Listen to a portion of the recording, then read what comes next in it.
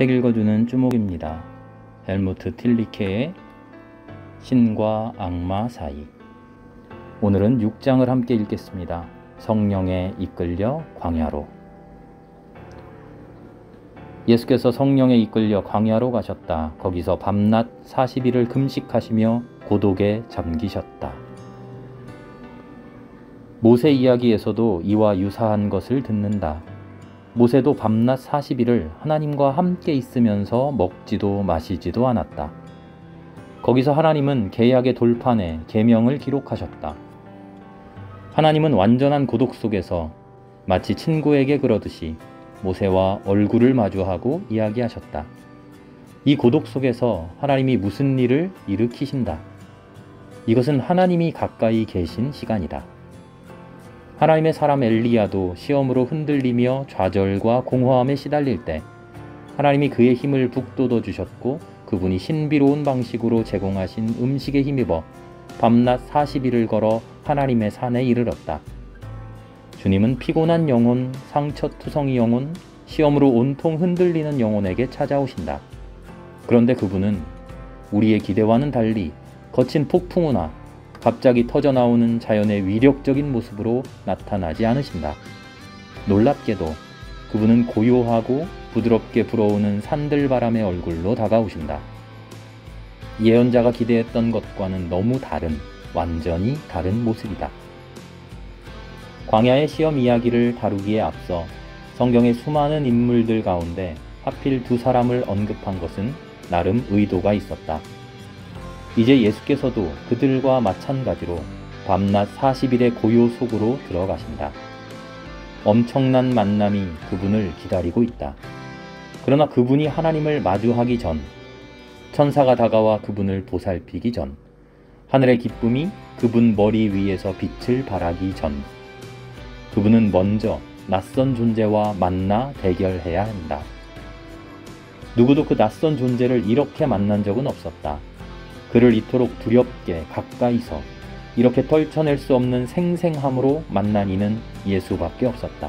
모세도 아니었고 엘리야도 아니었다. 누구도 그럴 수 없었다. 그러나 그 자는 우리 모두의 배후에 있다. 그는 우리가 사는 이 세상의 은밀한 통치자다. 그렇기 때문에 우리는 광야에 계신 예수 곁에 서서 가만히 깨닫게 된다. 이것은 우리 자신의 문제다.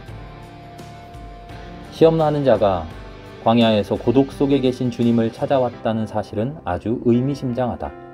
이 고독은 상상할 수 없는 고독이다. 사람만 없는 고독이 아니다. 물론 그곳에는 배우자, 부모, 친구, 낯선 사람 그 누구도 없다. 사물도 없다. 뽀얀 연기를 내며 지나가는 전차도 없고 가던 길을 멈추게 만드는 경치도 없다. 이리저리 기웃거리며 만져볼 만한 것도 없다. 해야 할 일도 없고 재미있는 오락거리도 없다. 먹을 것과 마실 것도 없다. 그야말로 아무것도 없다. 오로지 모래와 광야만이 그분을 둘러싸고 있다. 주의를 산만하게 할 만한 것이 아예 없는 곳, 유혹에 빠지거나 매료시킬 만한 것이 전혀 없는 곳, 하필 거기서 그분이 시험을 당한다는 말인가? 악마는 좀 더 나은 순간을 포착하지 못한 것일까? 우리가 그분을 왕으로 삼으려고 할 때가 있었는데 그 절호의 순간을 왜 택하지 않았을까? 혹은 그분이 십자가에서 내려올 법한 때도 있었는데 그때도 괜찮지 않았을까? 혹은 그분이 빌라도 앞에 섰을 때 그리고 극단적 곤경의 상황에서 12군단의 천사를 급히 소집할 수도 있다는 사실을 알고 계셨을 때 그때라면 어땠을까? 그런 때가 시험하기에는 더 좋은 때가 아닐까? 더 많은 자극이 있고 뭔가 터질 것만 같은 격앙된 분위기가 조성되어 있고 드라마틱한 전망도 있으니 그야말로 환상적인 기회가 아니었을까? 그런데 악마는 하필 광야로 찾아온다. 모든 고독 중에서 가장 깊은 고독 속으로 들어온다. 이 고독의 시간은 인생의 정점이 아닌 시간, 위험천만한 꼭대기가 아닌 시간이다. 우리는 이 고독을 오래 숙고해야 한다. 시험의 비밀이 여기서 드러난다. 이 고독은 성경 저자가 만들어낸 이미지가 아니다. 극적인 효과를 높이기 위해 추가된 장치가 아니다. 우리는 이 고독이 무엇을 의미하는지를 깊이 생각해 봐야 한다.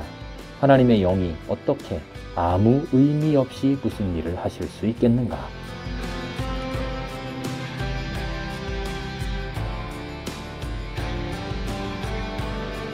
책 읽어주는 두목이었습니다.